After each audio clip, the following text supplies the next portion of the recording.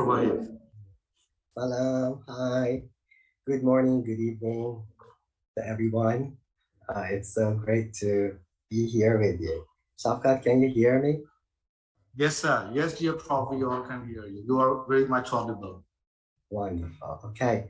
Uh, First of all, let me thank the executive members of the conference, dear Mr. Muhammad Khan, the Chancellor, the Vice Chancellor, Professor Ahmad, uh, the Regional Director, Mr. Farouk, the chairman, the dean of the faculty, Dr. Atika Zafar Khan, the consultant, Dr. Mahmoud Islam, and the head of department, Dr. Malik.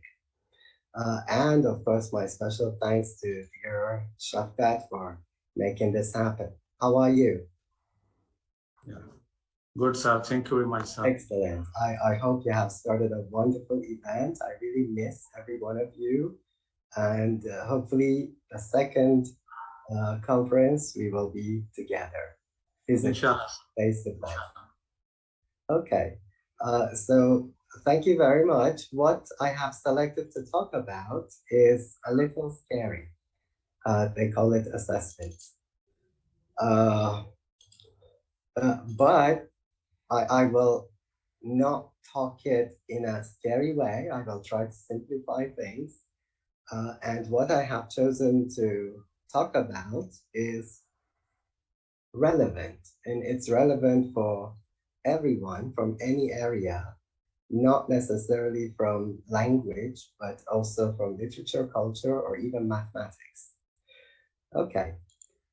Uh, what I'm going to talk about is basically these four lessons about assessment and four mistakes we have been making.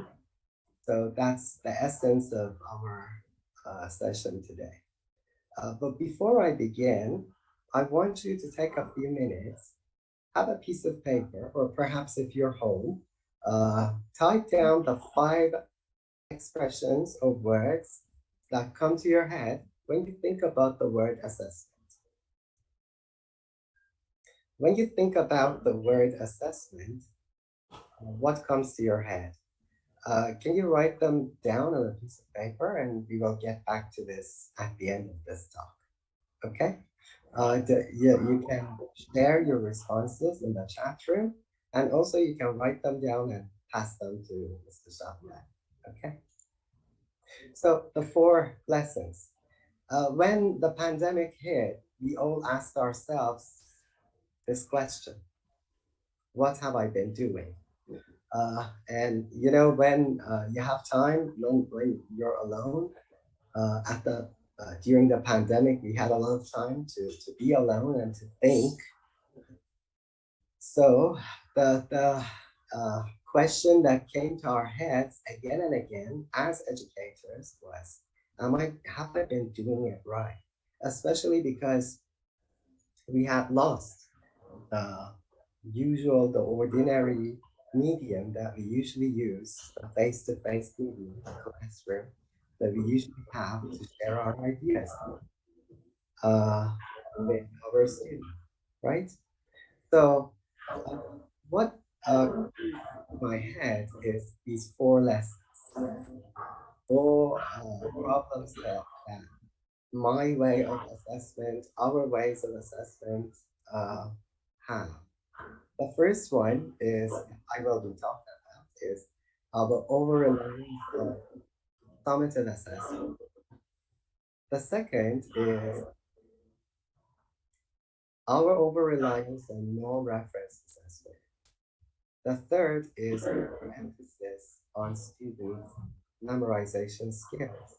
And the last one is our overemphasis on students' linguistic competence. Okay, so let's begin. Let's look at this first one. This is what we used to do, perhaps most of us used to do before the pandemic.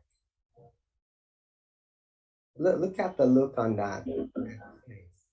That's how we look. Usually that's how we look when we assess, because we are highly judgmental And all we do is finally we just give a mark or a grade to our student. We don't look happy. So that's the reason is that we over rely on summative assessment, on summative evaluation. When your objective of assessment is to assign a mark, this is what happens. That's the look that you have. Because you judge, and because you judge, this is your students' typical reaction. They memorize because they have to, because you make them. Otherwise, they will fail your test, and they cheat.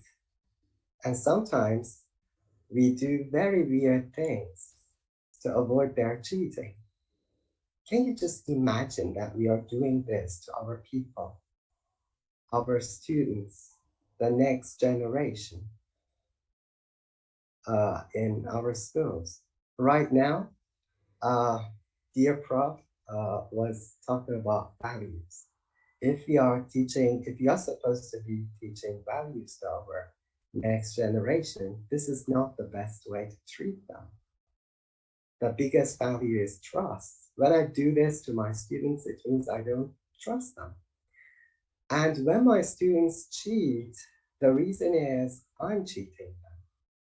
The reason is I have put them there in that situation.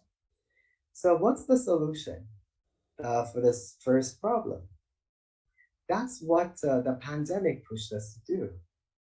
Because of the pandemic, a lot of lecturers, a lot of teachers found out that their students can easily cheat. That they can get together and they can check their phones and write down the answer. So because of that, they changed their method. And the best method to deal with that problem is formative assessment. Make sure your assessment is progressive. If the assessment is progressive, it's fairer, it's more valuable, it's a learning device. And look at the look on this teacher's and this gardener's face. You're happier as a teacher. There is that feedback and feed forward loop, which means you provide feedback to your student and they go back, they improve their work, and they go ahead, submit it, and then you improve their marks or you give them more feedback until until their project is presentable. Formative assessment is individual, which means look, the way we look is very funny. The way we look as teachers, as assessing teachers is very funny. It looks just like a doctor examining 10 people together or 20 people together. And what's worse, the doctor tells those patients' problems to everyone.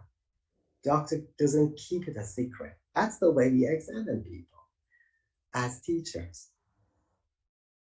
But when you do it formatively, you don't have to do that because your focus is on individual learners.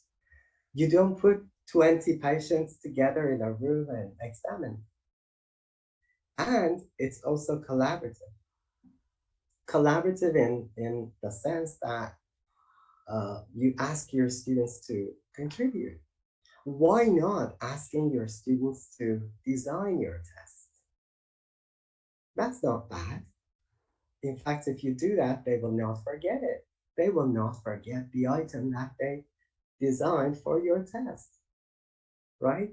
And collaborative from another angle, collaborative in the sense that you ask your students to get together and to answer your questions together, to think together, to brainstorm, and to collaborate and come up with a product which is presentable and presented together.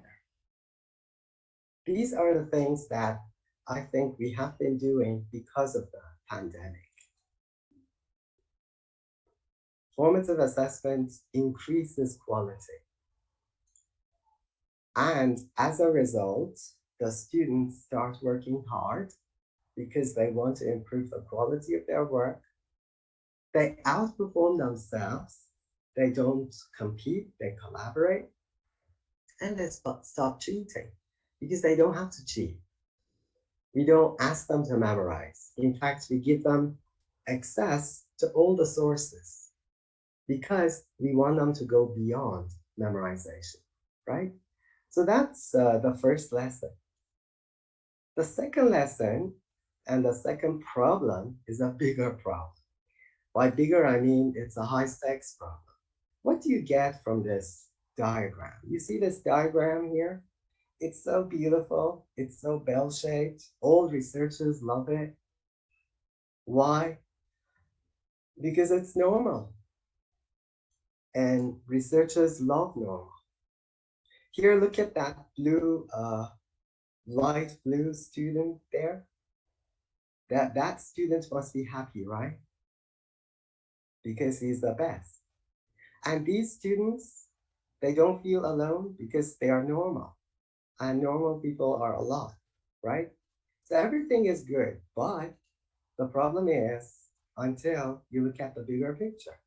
You put those people in this diagram and you put them next to that criterion, which shows the proficiency score. And then you realize your top student has failed.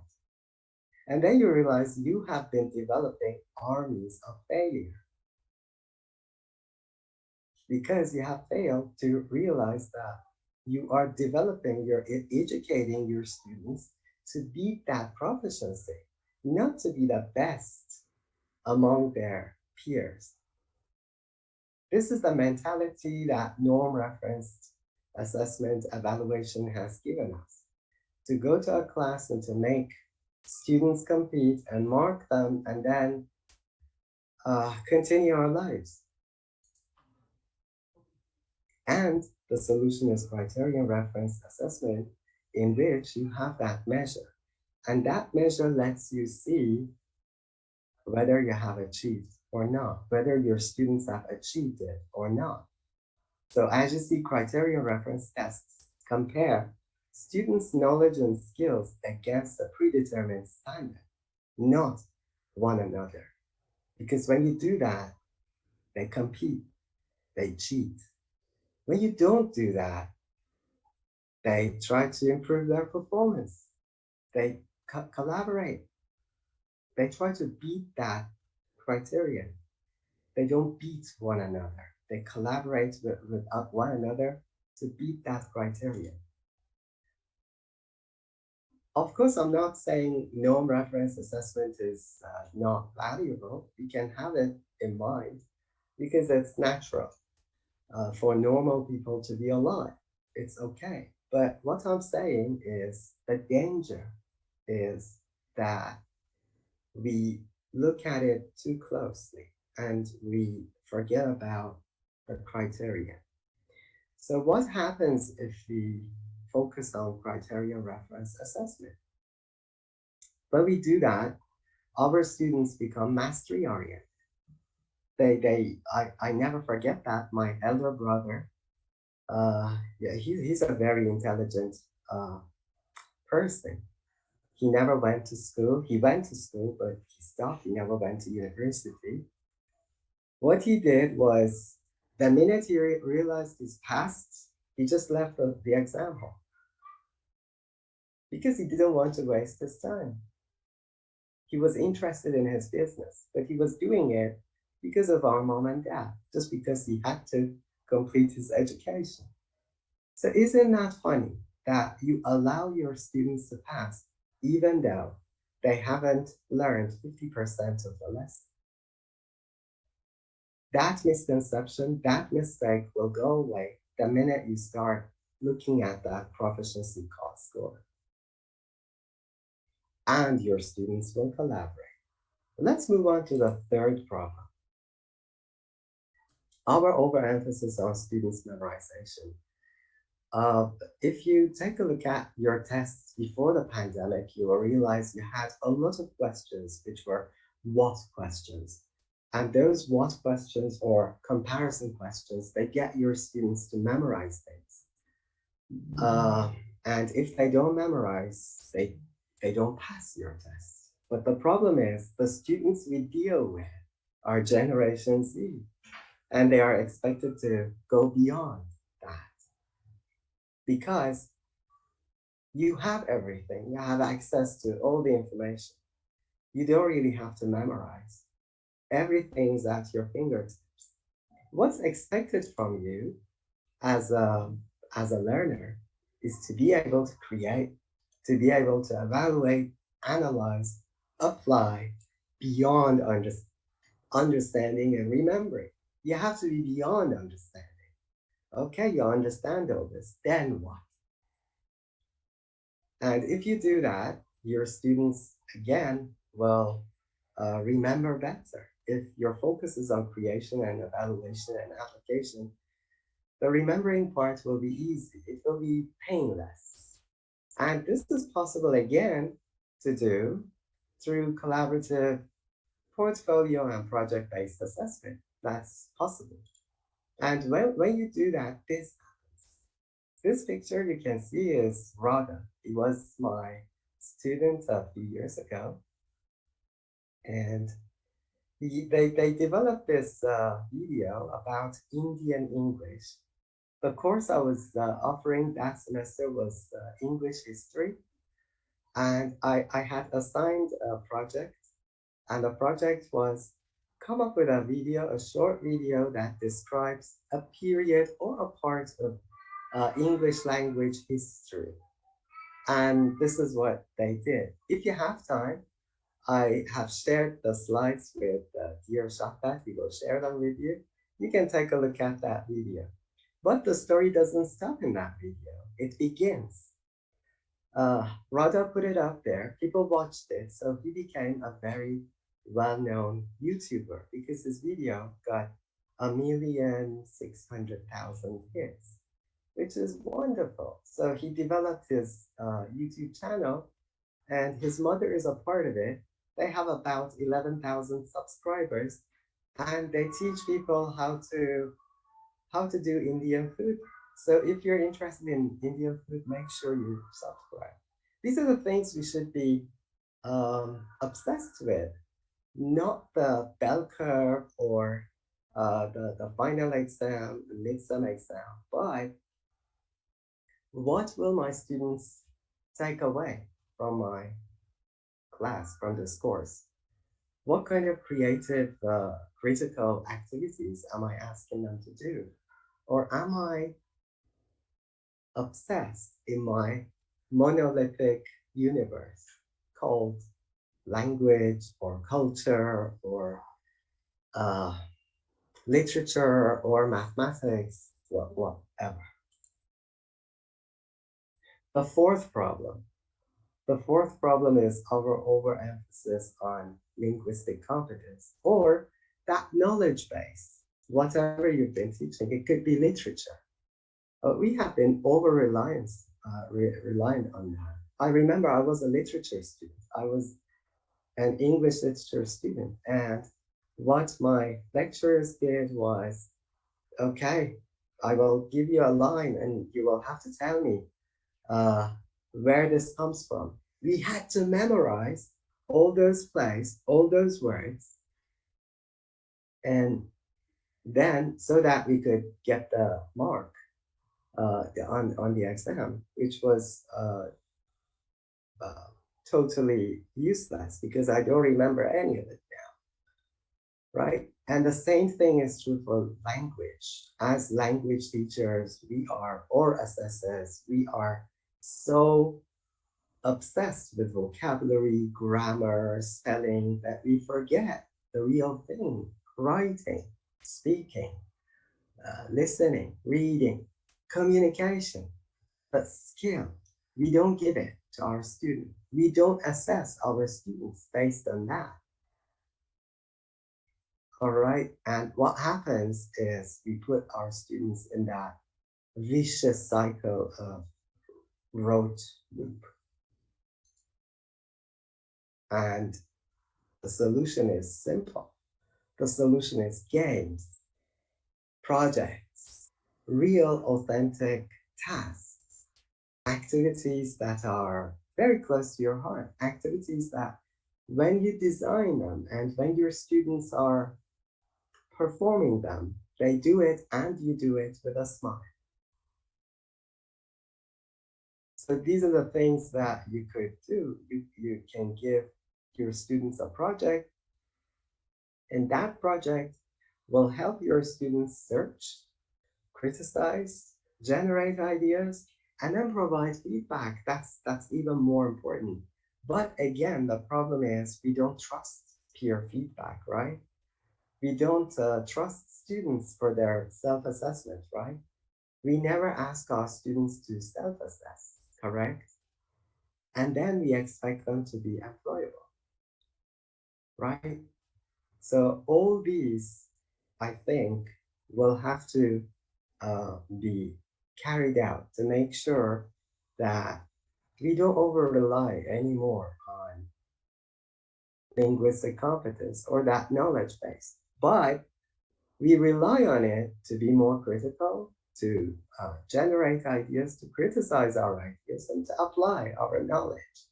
That can be through games, that can be through projects. This is another project that recently a group of my students did. They came up with a video, and the course was expository writing. They were supposed to write essays, but I asked them to voice over their expository essays on this video and post it on YouTube. You can watch this. They came up with a very interesting idea, which means putting their expository essay in the form of a news cast. So, and there were three people, they were far from each other, but they did it. And if you watch the video, you will see how creative they were. Any employer who watches this will definitely give these people a job. So let's go back to our 5 words, the 5 tasks, the 5 expressions of words that came to your mind when we were talking about assessment, when I gave you the word assessment. Wow, we have quite a few here. Competition, stress, expectation, success, failure, test, stress, anxiety, score, achievement, judgment, opinion, analysis, some more, stress, time, success, study, score, project, time management, stress. Great. Shafkat, would you like to share some of those themes that you have, if you have any? By the way, it would be great if you could turn around that camera so that I could see to whom I'm talking. I can only see you. Do you have any themes? Do you have anything there? Yeah, Depression, struggle, evaluation, observation, more is coming. yeah. Thank you very much, dear sir. So yes, any question from the audience side? No, not questions, but 5 words. Fine. So Dr. Wahid has asked you from the audience side that what ideas come in your mind when you go through the word assessment. So just write down first 5 words related to assessment. 5 words related to assessment. Yeah, look, I don't want to make you suffer. If they haven't written it, it's okay. No problem. If they haven't, it's all right. Because in the chat room, we already had a lot of ideas. And what's really interesting is that those ideas coincide with the ideas that I'm going to present, Shafkat. Look, that Yes, this sir. is my research, our team research on the association. What is assessment associated with in the minds of people? And as you just saw, this is what happened in my findings. When I ask people to think about assessment, what comes up is marks, tests, anxiety. These are the three top things which emerge when you ask people to think of assessment. And by frequent, I mean really, really frequent. The frequency is 20 times, 50 times more than the other things, which are learning, motivation, feedback. They happen only once, but anxiety happens 30 times, for example, and test and marks, they happen 50 times. That kind of difference I'm talking about. Can you see that? Yes, sir. And what, oh, I think I made a mistake. I clicked on, that's okay, right. And what I think and I hope has happened because of the pandemic is that hopefully these results have been reversed. Hopefully. Hopefully after the pandemic, we have to test it. In Pakistan, well, I think it's happening because I saw the word success. I saw the word study. I saw the word analyze. These are very good words when you hear assessment and you think of those words. Yeah. So this is my presentation in a nutshell. What I've talked about is those four problems that our assessment had always had, and hopefully, I think because of the pandemic, perhaps we are going to exercise assessment, practice assessment in a more learner-oriented way, in a more critical and communicative way, hopefully. And I would like to end with this quotation from Twain. People say Twain didn't say it, but whoever said it right. That I've never let schooling interfere with my education. Education attainment was neither an exclusive product of schools nor guaranteed by them, but we hope it is today. That's it. Safkat. Yeah. Thank you, my dear Prof. And one of the participant from the audience shared me the 5 words related to assessment that comes in your mind. So first one is failure, success, tension, rivalry, and sleepless ridden anxiety nights. So these are words related to assessment that shared by one of the participants. So what do you say on it? No comment. No. All right. All right. Thank you very much, dear Prof, for a wonderful session. Thank you very much. If we have time, I'm still here. We can have questions. We still have Q&A sessions, dear sir. And we also received certain comments from the participant like observation, struggle, valuation, appraisal, judgment, and anxiety. So whenever there is the word assessment, definitely directly and indirectly the word anxiety comes in your mind. So thank you very much, dear Prof, for such a wonderful, knowledgeable idea with us. So now Q&A session, we would love to have questions from the audience side. Yes, please. Dr. Wahid, how are you? I have a question about the way you were talking about what the problems were and how we have changed, looking at the problems. So you talked about norm referenced and how the pandemic has made you shift from this kind of assessment. So what is the new normal for norm referenced in the pandemic and asynchronous mode? First question. Secondly, you asked that the students, they are not beating each other, but they are beating the criterions most of the time. So I want some elaboration on that. And can I, before I forget, what was the name, Safkat? Her name, the participant name is Dr. Priya from Unity. Yeah, her name Her name is Dr. Priya from UMT. Let me recapitulate her question. She has asked you two questions. First one is how you would correlate norm reference during pandemic. Wake up call. This is first question, and second question is. Can you stop? I will forget it.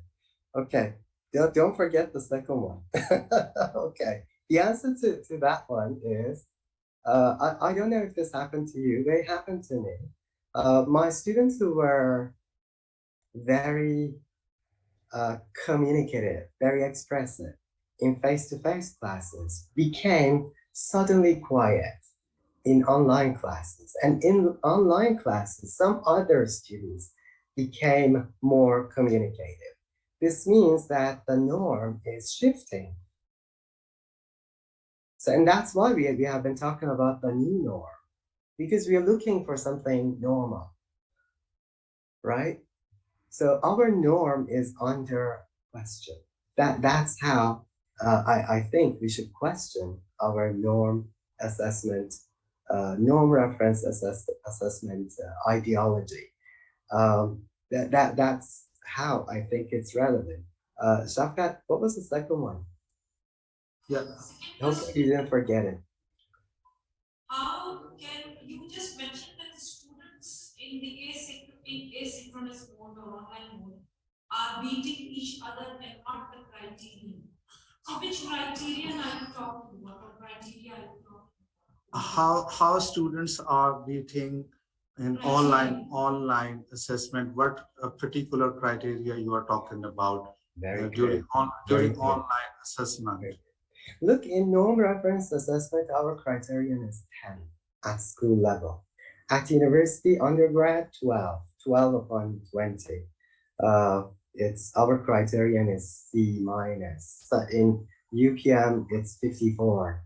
So 54 upon 100. That's the criterion in norm reference assessment. But in criterion reference assessment, it's like this. You are on a test. You are on a driver's license test. And you want to pass that test. What's the criteria? Your ability to drive. Now, a lot of students we develop are, are unable to drive. They are unable to communicate. A lot of my students are supposed to be editors. But the question is, do I trust them as editors in my journal? That's the question. So that's the criteria.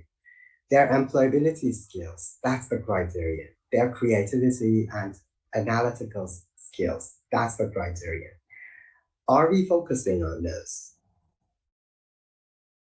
I hope so. Could I address the question? Yes, sir. Okay.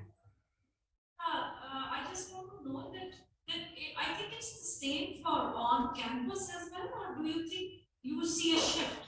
I think this attribute is similar whether you're online or you're on campus. That's what I believe. Well, sir, she's saying that this kind of rivalry is the same paradigm shift online as well as on campus. So what do you say on it? Well, you can choose to look at it that way, but the way I see it is this pandemic has put people back in their cells, and it has introduced a new norm. And because of that, of course, you're right. What I'm saying has been there before the pandemic, but have you been listening? Have you been listening? No, because we have been too comfortable with our old norms. The LMS system, I'm sure you've had your LMS system, but before the pandemic, were you using it? It was just a form to fill. But after the pandemic, you've had to depend on it. You've had to come up with online assessment. At least in Malaysia, it's been like that. For the past 3-4 semesters, we've been online. Everything has been online. And because of that new platform, we have been trying to be creative and to think out of the box to beat that challenge. But yeah, you're right. It's always been there. People have been talking since 1950s, but have they been listening?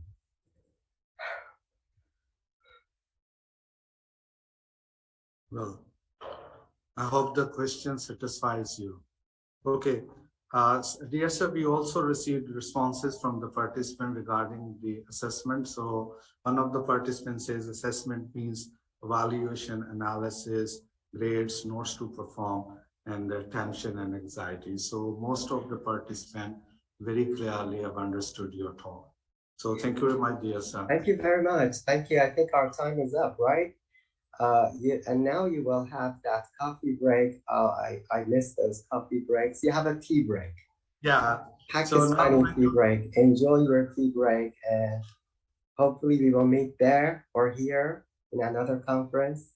And I think I shared my email address in my slide, and you will have my slide.